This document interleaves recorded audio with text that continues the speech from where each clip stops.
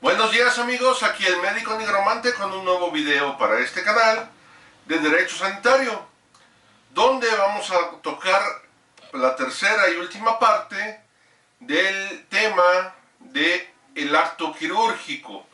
Esta vez vamos a ver los aspectos legales del acto quirúrgico. Ya vimos en el primer video qué es el equipo quirúrgico, en el segundo video vimos que es el acto propiamente dicho de inicio a fin, y ahora vamos a ver los aspectos quirúrgicos. Pero antes de esto quiero pedirles que se suscriban a mi canal si les interesa seguir en contacto conmigo, saber qué nuevos temas estamos sacando cada semana, o antes cuando la situación lo merite, y que les lleguen las notificaciones de todo lo que estamos manejando aquí. Aquí abajito aparece el botón de suscribirse, activen la campanita. Mientras más seamos es mucho mejor, esta comunidad va creciendo poco a poco, pero ahí va.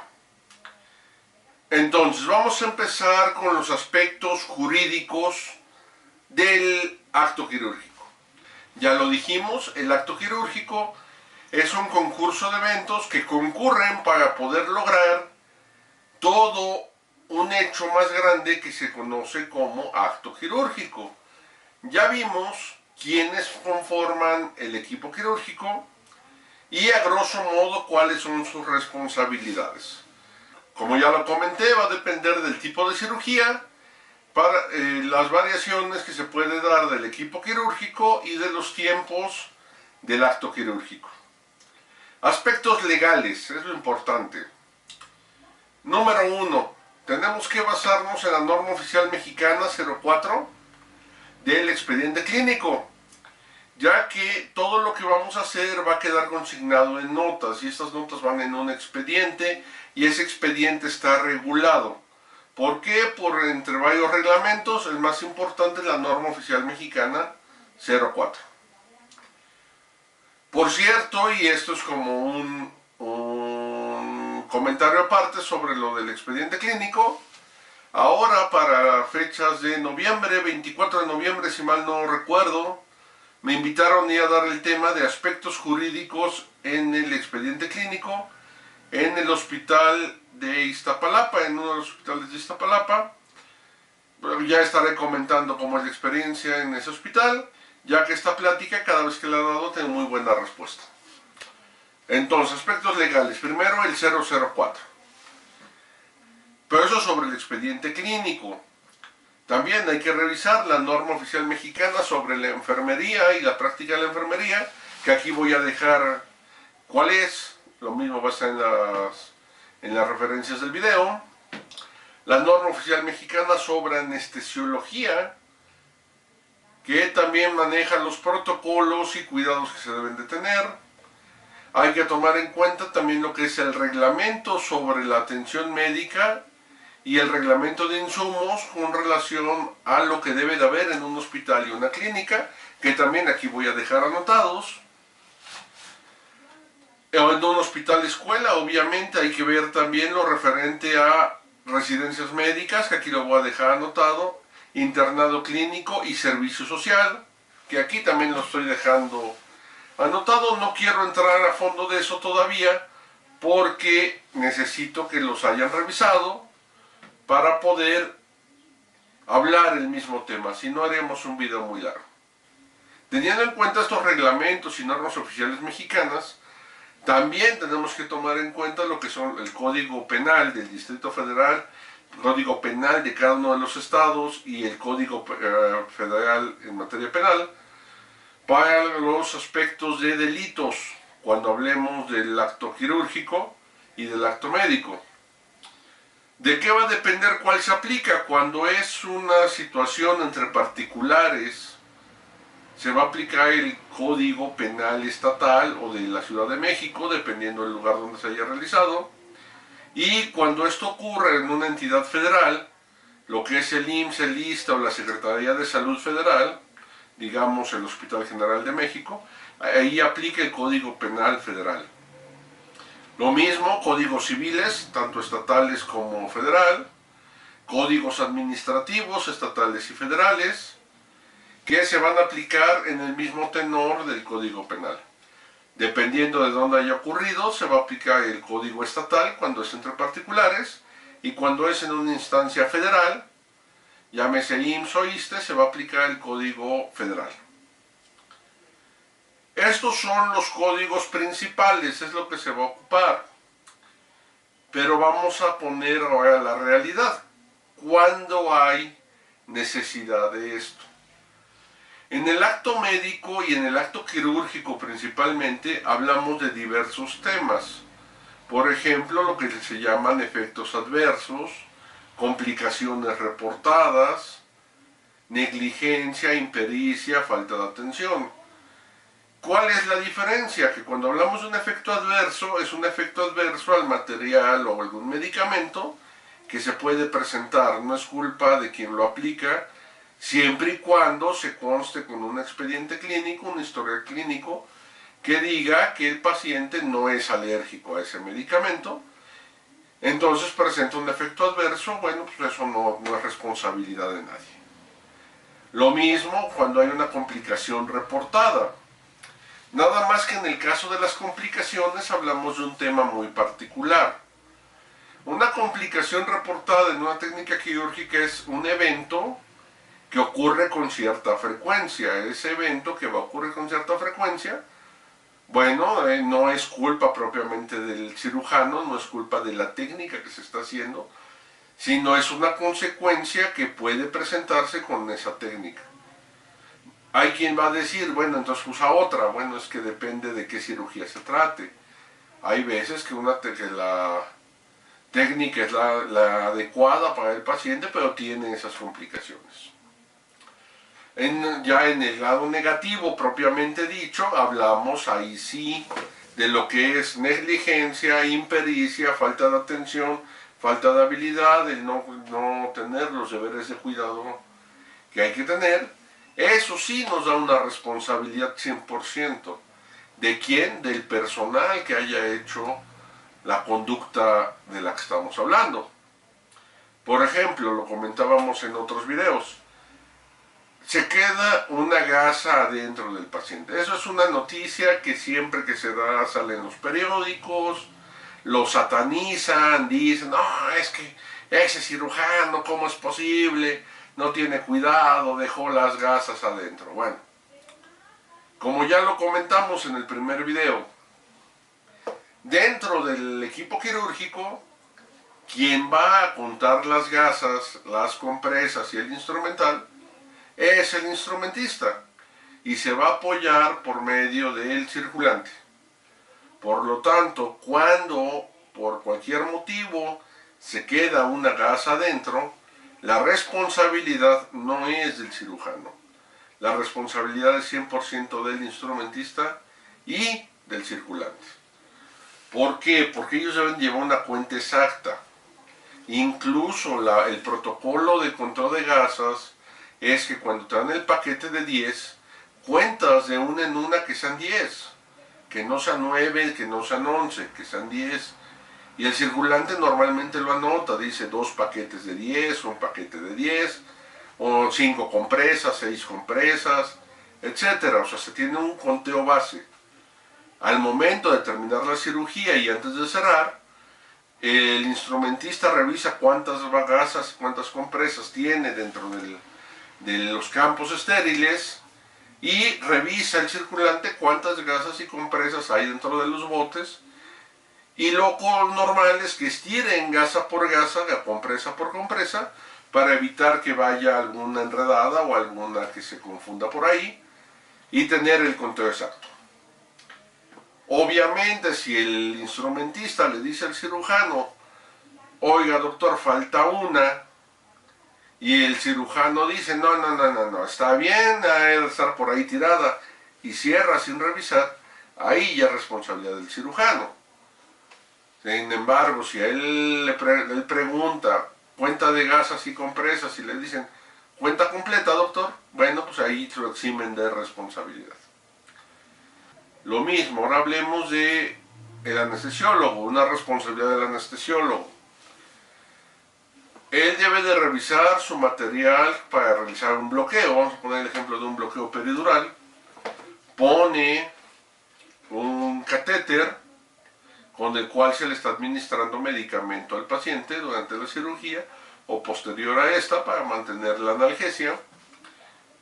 Y al momento de retirarlo, lo hace muy rápido y lo troza. Bueno, pues ahí es responsabilidad de quien retiró el catéter. Lo ideal es que quien retire el catéter sea el anestesiólogo, que él sabe cómo lo colocó. Muchas veces le pide a enfermería que lo retire y ellos deben de reportar si lo retiraron completo, ver la punta que no se haya quedado algo ahí, porque esto puede llevar un grado de responsabilidad. Con el cirujano, responsabilidades propias del cirujano son de la técnica. Vamos a poner un ejemplo muy simple. Tenemos una cirugía de vesícula, una cirugía ya realmente muy conocida. La técnica, cualquier cirujano durante su entrenamiento hace cientos de vesículas. La realidad es que es una de las cirugías más habituales en los hospitales escuela, igual que el apéndice. Como ya lo hemos dicho, el cirujano tiene la obligación de conocer perfectamente la técnica quirúrgica que va a realizar.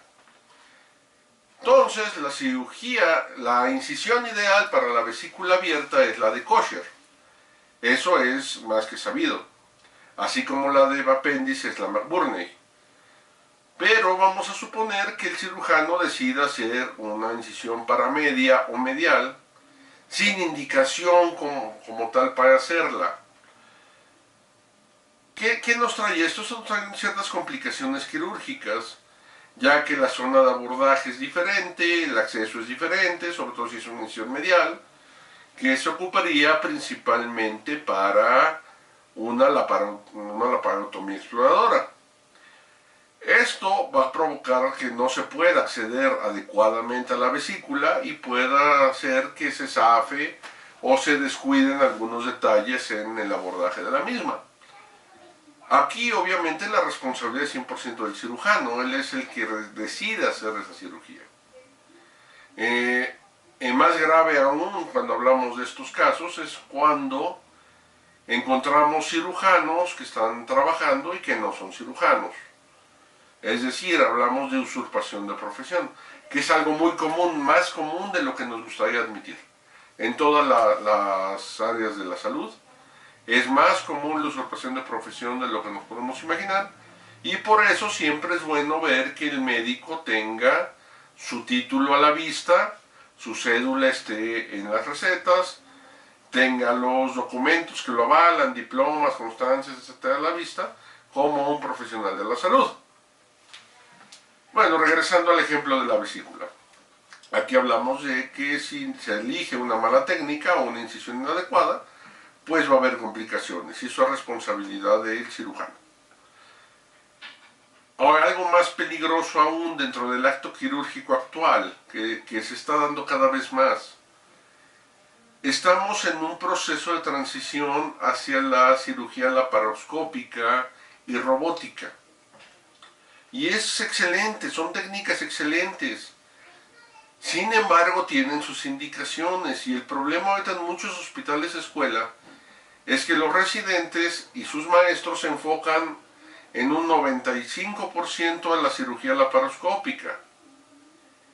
Y cuando tienen que hacer una conversión, que eso significa que hay una complicación dentro de la cirugía y hay que abrir, no tienen el adiestramiento suficiente para realizar esa cirugía. Diferente a cirujanos de una escuela un poco más vieja, que la gran mayoría de sus intervenciones eran abiertas.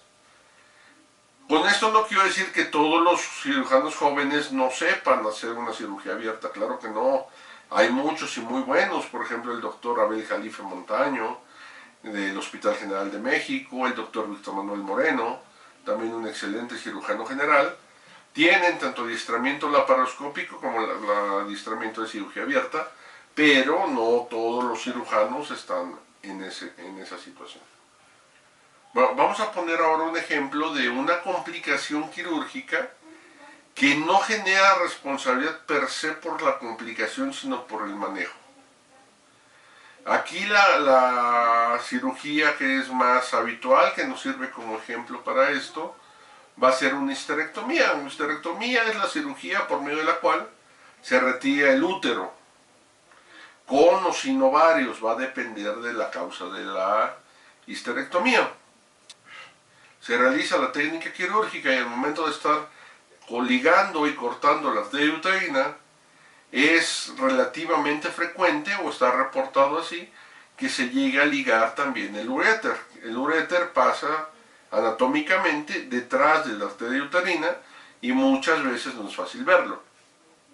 Vamos a poner el ejemplo, se liga el uréter, se termina la cirugía y se detecta que hay una ligadura de uréter. Aquí diríamos, hay una complicación, sí. Es una complicación muy reportada, sí. Que es el riesgo de la técnica quirúrgica, sí. Es responsabilidad del cirujano, hasta aquí no.